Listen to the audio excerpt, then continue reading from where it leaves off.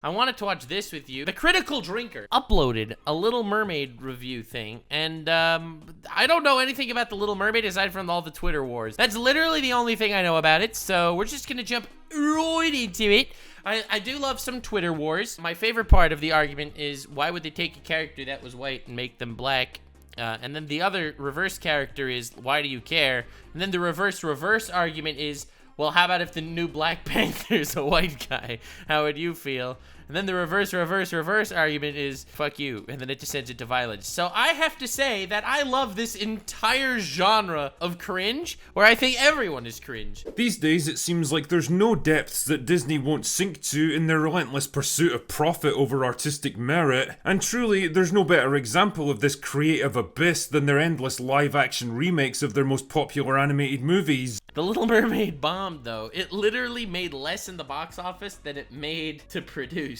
Basically the entertainment equivalent of the pod people from Invasion of the Body Snatchers. Superficially, they might resemble the friends and family you once trusted and cared for, and even emulate some of their mannerisms and behaviours, but behind the pleasing facade, there's something very different. The vital spark, the individuality, the very soul that made them who they were has been brutally erased, leaving behind an empty, emotionless husk of what they once were. Which, you mean like a Twitch streamer after they get cancelled? Brings me neatly along to The Little Mermaid, a film dogged by controversy and backlash, saddled with sky-high expectations, and of controversy. No one had sky-high expectations for this, dog. Of course, reimagined for modern audiences. Dude, it's literally about fish people, like, come on! Film that everyone seems to have an opinion about, and whose success or failure could mark a sea change in the landscape of modern cinema. But can it really hope to keep its head above water, or will it be dashed on the rocks of failure? Yes, yeah, well. Pain. The Little Mermaid is basically a case study in why live-action remakes of beloved animated movies are a fucking terrible idea. It's slow-paced, bloated with nearly an hour of unnecessary padding, filled with dogshit CGI that looks like it was rendered on a PlayStation 3. What the hell? That looks so bad. Populated with veteran actors that look embarrassed just to be in it, or bad actors that look excited to be in anything. A soundtrack that's an uncomfortable mix of tired rehashes of classic songs and gratingly awful new ones. Oh my God, dude, it looks so bad. And of course, awkward reworking of iconic moments to make sure the film adheres to the message.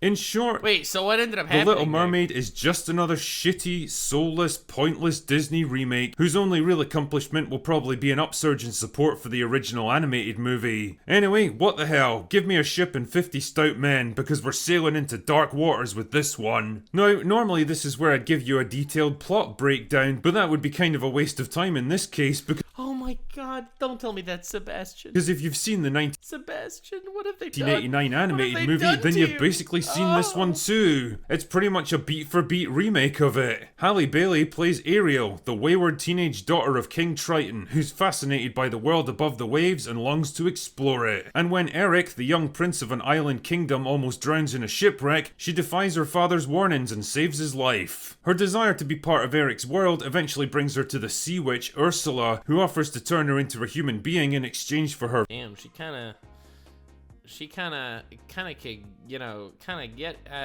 she's kinda, you know, voice. Many wacky shenanigans. Damn, I mean, not gonna lie, listen, I'm gonna say whatever I want to say about the rest of the characters, but Ursula's, sheesh. Ensue, and Ursula eventually betrays Ariel and turns into a giant sea monster that has to be defeated so that Ariel and Eric can live happily ever after. So if it's the same exact story as before, then what's the problem, you might ask? Well, the first issue has got to be the I'd say the first issue is, why is Ursula so hot? And why am I rooting for her? length. The 89 version clocked in at just 83 minutes without ever feeling rushed or jarring, which is fucking impressive considering how much it manages to cram in plot-wise. This one, on the other hand, drags on for 135 minutes. What? You're kidding me. This is an over 2-hour long movie? That's almost an hour more, and Jesus Christ, you really start to feel that extra length after a while. Just like Tatiana. Alright, dude.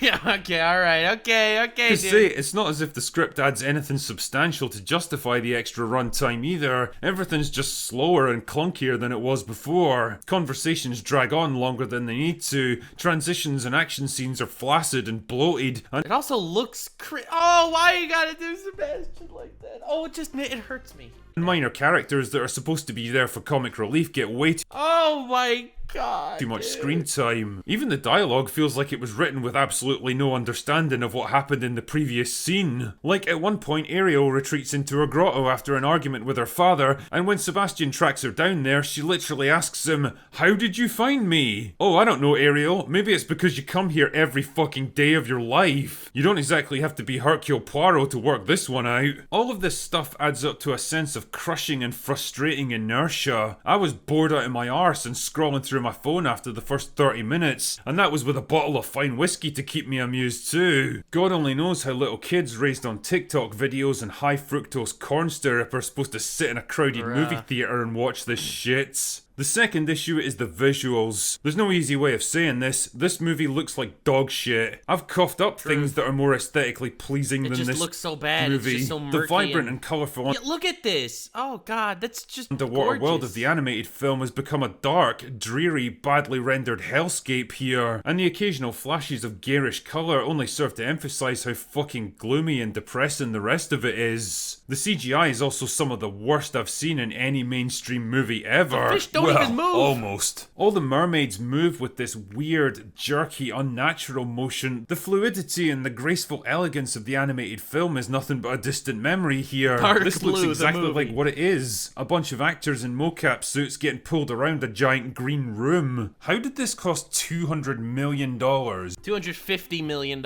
actually. It's the same deal with the animal characters. Remember Flounder, Sebastian, and Scuttle from the '89 movie? Remember how expressive and charming they were because the animators didn't have to worry about rendering photorealistic animals with human behaviour? Well, forget about that because now we've got Sebastian who looks just like an actual crab, or Flounder who's literally a fish that talks. And as for Scuttle, played by Aquafina... Are you listening to me? Yes. How much do you charge for how much do you charge for a cocktail with a side of a bullet in my head?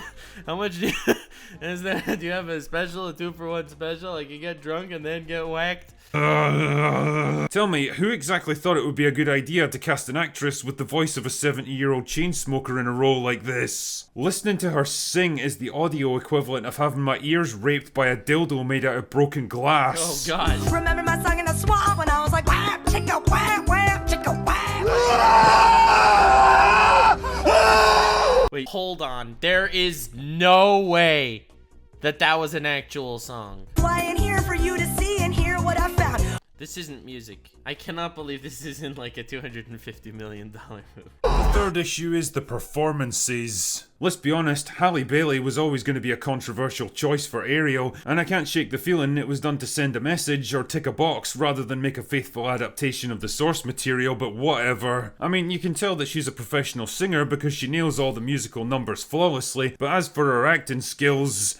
well, she seems happy to be there at least. Prince Eric fits neatly into the mold of soft, meek, placid, ineffectual, and easily dominated modern Disney leading men, carefully constructed so as not to offend or threaten anyone in a modern audience. He's written without an ounce of does he agency, do that? charisma, or self-confidence, and portrayed exactly the same way by an actor with all the magnetism and screen presence of Warwick Davis in the Willow TV show. Can't have those pesky men getting ideas above their stations, eh? Also, I've got to say that the unspecified island kingdom he belongs to is the kind of place that could only possibly spring from the mind of a modern Hollywood writer. Like, the general landscape and climate seem to suggest a vaguely Caribbean location, but most of the people who actually Yeah, live there's no shot they gave the location any thought at all, okay? They were just thinking about how is it possible that her dad could be giant white sea god dude, I don't know. Is there a mailman underwater? They are white. The clothing, culture, and general technology levels are roughly in line with 18th century Europe, but the Queen of the Island and Eric's mother is black, and the Prime Minister is Pakistani. What the fuck even is this place? I love how no matter what historical era or location it's meant to be set in, every Disney movie seems to It's a magical world where it doesn't actually have to make any historical sense. It is a fantastical place where people can... Who needs genetics? Genetics are irrelevant. be more diverse than downtown Los Angeles. It's also nice to know that the film carefully obeys the golden rule of modern writing that no woman can ever possibly get rescued by a man. Like, remember in the finale of the 89 movie how Prince Eric bravely took control of the damaged ship and steered the prow right into Ursula's chest just as she was about to kill Ariel, saving her life just like she saved his earlier? Well, those outdated ideas of heroic self-sacrifice have got no place in modern Disney movies where women are all portrayed as unstoppable, all-conquering badasses and men just need to step aside and make way for them. So naturally, Ariel takes control of the ship and saves the day instead, despite having absolutely no experience or understanding of sailing ships or how they function. No way. No way they did that.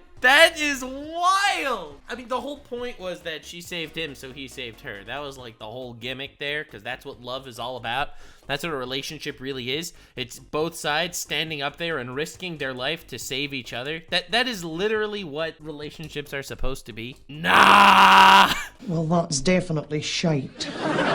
None of that matters though, because this strong, independent young woman doesn't need some clumsy man to help her. She can jolly well save herself, damn it. You know, I would genuinely love to know what these people think romance is supposed to look like in current year, because movies like this are actively killing the very concept of it. Weirdly, the best aspect of this film for me was Melissa McCarthy as Ursula. That's what I'm talking about! Who's just as devious, manipulative, and delightfully malicious as she was in the original. She's except much more smashable. Evil, and she fucking loves it. And when Melissa McCarthy is the best thing in your movie, you know you've got fucking Dude, look at her makeup. problems. That's sick. Ursula's dope. I actually hated Ursula in the original when I was All a kid. of these issues add up to a depressingly pointless, cynically soulless kind of movie that's really just a longer, less colourful, and less entertaining rehash of the very thing it's trying so hard to milk for nostalgia. A film that fails to be either good or original because the things it does that are halfway good aren't original, and the rare moments of originality aren't good.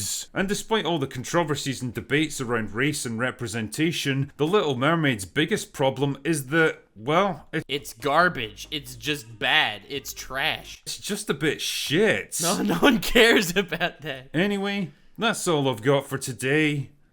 Go away now. Yeah. These days it seems no one actually cares about, in my friend group or the people that I actually talk to, literally no one actually cares about the skin colors. I feel like that's just such a Twitter mindset, but literally I don't think anyone in the real world actually cares. Twitter loses their mind about it. Twitter's like, no mate, I know what you're talking about, you're clearly a racist, you think the old one is better, alright. Yeah, no, that's just cringe. Like, subscribe, and follow me on Twitch. Stay weird, fam.